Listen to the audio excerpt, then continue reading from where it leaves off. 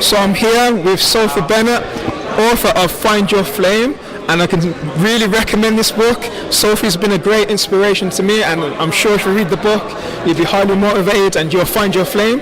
So how are you doing today, Sophie? Yeah, good. I've been on the Women in Tech panel here today, so it's been really great to connect with some of the women and some of the business people locally. How was it on the panel? Yeah, it was great. It was always interesting to hear what inspires different people and where their inspiration came from and who they look to carry on their own careers. So something I'm always fascinated in is what makes us motivated and successful, those little triggers that make the difference. Yeah, so I was watching your panel and you spoke about a few people who inspired you. Could you share that with us? Yeah, absolutely. So one of them was Brian Tracy, who's somebody I think you're familiar with. Anybody who's done any personal development, I think's come across Brian at some point. And Brian's a genius writer. He keeps things really simple. And I think that's one of the keys to being successful in anything is we all have a tendency to overcomplicate stuff. So for that, Brian is really inspirational because he keeps the same message and he says it simply 50 different ways. Doesn't make it complicated. Just decide what you want and go for it, step by step. How do you eat an elephant? One bite at a time. Well, certainly. So what are you doing here today at HeadzUp Business Expo? Okay, so I was asked by Pushpa to come and take part in the Women in Tech panel because she saw, although I'm a writer and a speaker now, my background was actually in tech. Yeah. So originally I started off in sports, which I know is a bit bizarre, so I was a professional horse rider for a long time, and then I transitioned into tech because the only thing I knew really how to do was to write. Yeah. So my dad was a journalist, so I come from a writing background. So I went and learned to be a professional writer for businesses. So I was writing company reports, project reports, really what most people think is boring stuff. But I was fascinated by how we structured information. What I didn't know was 20 years on, when everything's online, that one of the most important things we do with our information is structure it in a way people can find it. So you think, how many websites have you been on where you can't you can't find what you want? You know, you need to be able to find things. So my skill was always in helping people find things. And that took me international consulting to Dell, to oil companies. I wrote bids and proposals. And so that background in tech and automating that is still really relevant, which is why Pushpa wanted me on this event today. Okay, brilliant. So is your business Thought Leaders? What's the name of your business, sorry? Okay, so the name of the business is Achievers International. Achievers International, yeah. And at Achievers International, we help people become thought leaders in their field. And there's a whole set of skills around that. So everybody has a slightly different natural inclination, a different flame, if you like. So some people are very good speakers naturally, like yourself. You like appearing, you're very good on camera, you're very comfortable with that. So for you, speaking is obviously an avenue. Some people are great writers and don't like to be in the spotlight. Excuse me? Oh. Sorry. Sorry. For me to save someone's life there.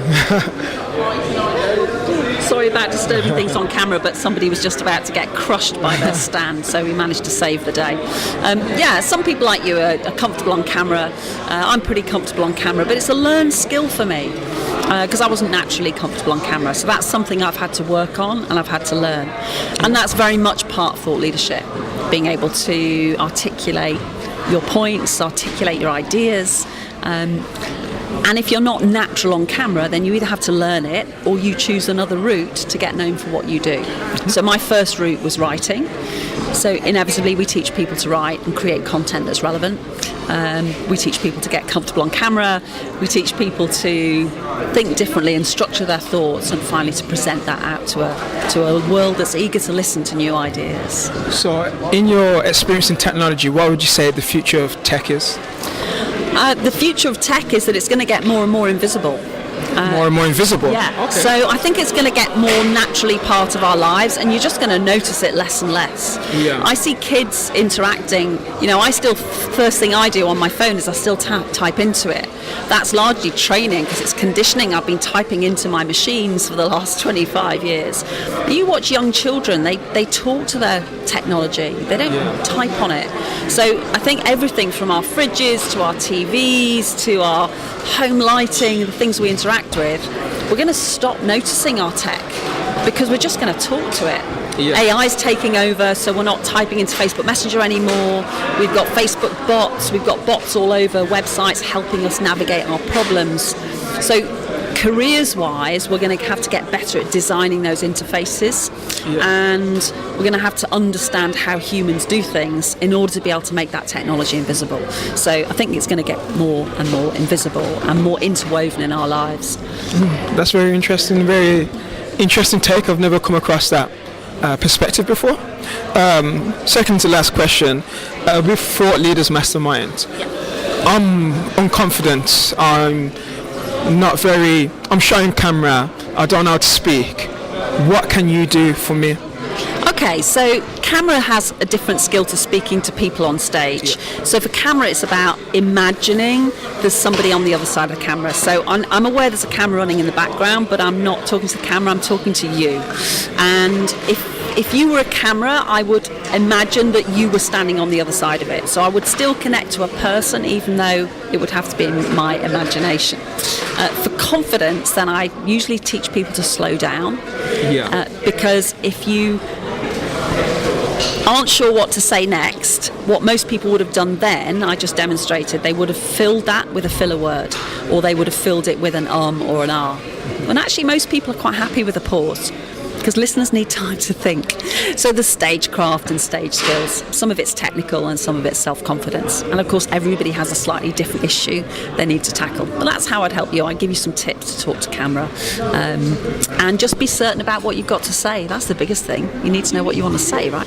Yeah, definitely, 100%. So for my final question, looking into 2019, what would you say makes business success? Business successful is more and more about going to be connecting with your customers through social media, being seen where they naturally hang out. Because social media and tech platforms are meaning that they're only showing content to the people who are already interested. So you need to know who's your competitors in your industry, who's the thought leaders in your industry, and align yourself to them. Otherwise, your potential customers are never going to see your content because it gets filtered out. So we've got to not be in a bubble. We've got to be able to know who's around us in our industry, in our world, so that we can get found and get seen. Okay, thank you. So speaking about tech, where can we find you on social media? Okay, so I'm at Sophie Bennett UK, and that's across Twitter, Sophie Bennett at Sophie Bennett UK, at Sophie Bennett UK on LinkedIn, at Sophie Bennett UK on Facebook. So right across the platforms, I'm Sophie Bennett UK. And can we find your book on Amazon? You can. If you just, it's the only book called Find Your Flame as we stand today. Just type in Find Your Flame and it'll come straight up. And what can readers expect to get from this book? 50 amazing interviews with very inspiring people who are highly motivated. So we've got athletes, scientists, people from business, entrepreneurs, civil servants, amazing people, and a load of research that pulls together why we do what we do. Okay, thank you for taking part in this interview. It's very, very appreciated. My pleasure. Thank you. Thank you. Brilliant.